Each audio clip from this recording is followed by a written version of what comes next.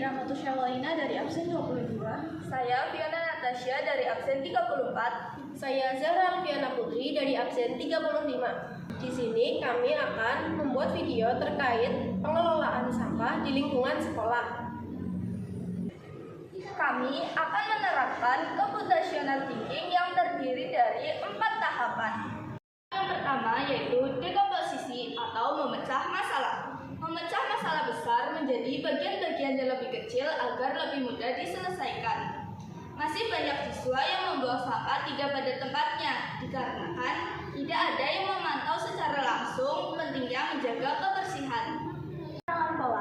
Mengamati pola dari kebiasaan siswa. Biasanya sampah menumpuk di jam istirahat. Lokasi tertentu seperti tempat sampah kantin di sekitar kelas menjadi titik utama masalah. Dan terkadang membuang sampah jika jatuh tidak ditaruh kembali ke tempat sampah.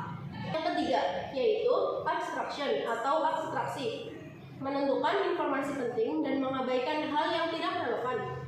Fokus pada perilaku membuang sampah dan lokasi tempat sampah. Tidak perlu menganalisis jenis sampah secara detail untuk tahap awal.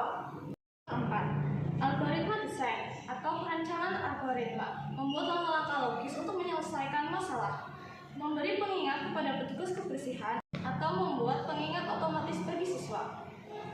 Menyusun jadwal pengumpulan sampah berdasarkan data dari sistem.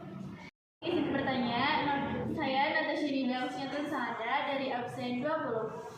Mengapa siswa membuang sampah sembarangan?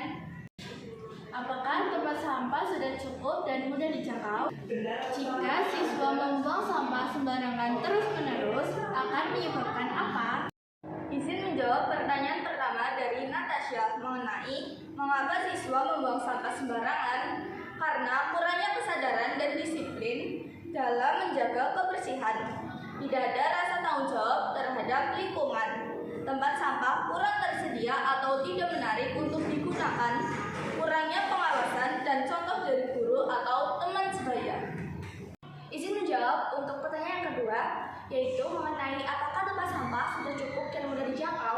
Dalam banyak kasus, tempat sampah belum cukup banyak dan posisinya tidak strategis, sehingga siswa akan berjalan jauh untuk membuang sampah.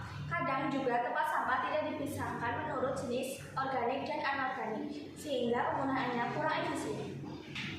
Izin menjawab pertanyaan ketiga dari Natasha, yaitu terkait apakah ada sistem pengingat atau inisiatif untuk menjaga kebersihan. Jawabannya yaitu biasanya belum ada sistem pengingat seperti papan peringatan digital atau petugas kebersihan yang memantau. Juga belum ada inisiatif atau penghargaan bagi siswa yang aktif menjaga kebersihan sehingga motivasinya rendah.